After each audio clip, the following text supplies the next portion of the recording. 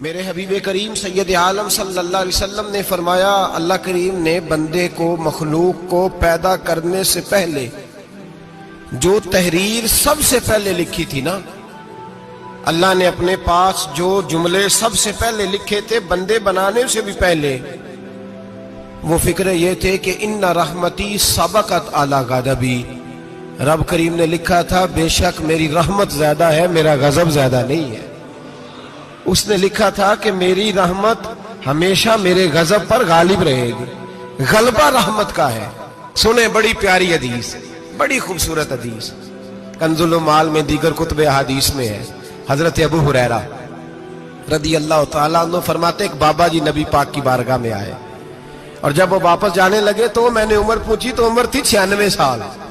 کہتے ہیں بزرگ جب آئے نا تو یہ بھویں جو ہے نا ان کی سفید ہو کے تو یوں آنکھوں پہ آ گئی، بڑی چھڑی بابا جی نے پکڑی ہوئی اور دونوں ہاتھ پکڑ کے نا چھڑی کے اوپر جھکے ہوئے ہیں ایک جانب، قربان جاؤں۔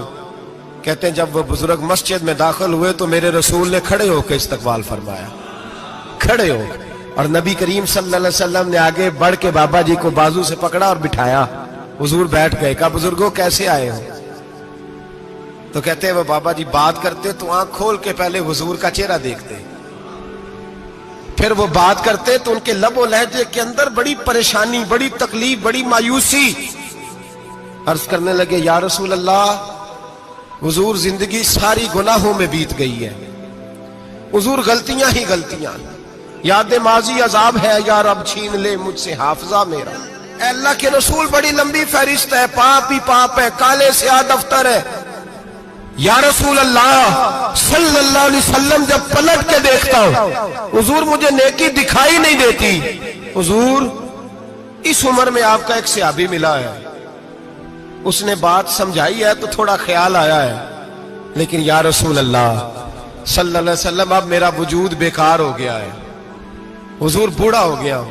تین باتیں کہیں بزرگوں نے اور نرالی کہیں، کہنے لگے یا رسول اللہ صلی اللہ علیہ وسلم، حضور اب تو میری کمر بھی سیدھی نہیں ہوتی کہ میں نماز ہی صحیح ادا کر سکوں، بوڑھا ہو گیا ہوں۔ یا رسول اللہ صلی اللہ علیہ وسلم اب میرے اندر طاقت نہیں کہ میں محنت مزدوری کر کے صدقے اور خیرات دے سکوں۔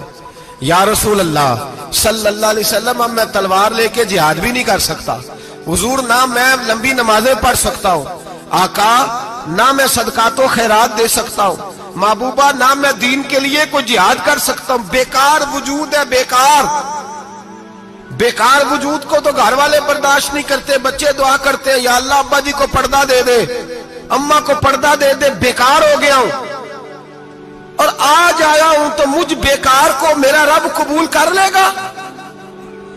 آج کلمہ پڑھوں تو بیکار ہوں، کسی کام کا نہیں، نہ نماز نہ صدقات نہ جہاد، قبول کر لے گا؟ حضرت ابو ہریرہ فرماتے ہیں جیسے برسات میں بارش کی جھڑی لگتی ہے، یوں مصطفیٰ کی آنکھوں سے جھڑی لگ گئی، حضور کھل کے روئے، کھل کے۔ اور میرے حبیب پاک نے فرمایا بزرگوں بڑے مجاہد ہیں، دین کے لیے جہاد کرنے والے بڑے ہیں، رب کریم کو آپ کی تلوار کی اتنی حاجت نہیں، اور فرمایا اس کے خزانے کوئی خالی تو نہیں کہ آپ ہی گویا صدقہ دیں گے تو بھرے جائیں گے، اور فرمایا پھر رب کریم کی شان میں اضافہ نہیں کرتی عبادتیں، وہ تو بندے کو نفع دیتی ہیں۔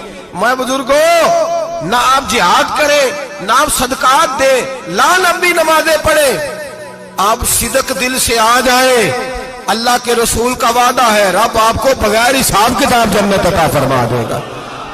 آنا تو شرط ہے کہ نہیں؟ آئیں تو صحیح، نہ پہنچے تو صحیح، آ جائیں، اس کو نہیں عادت صدقات و خیرات کی، جہاد کی، تبلیغ، آئے تو صحیح نا۔ ان العبد اذا اعترف ثم تاب تاب اللہ علیہ۔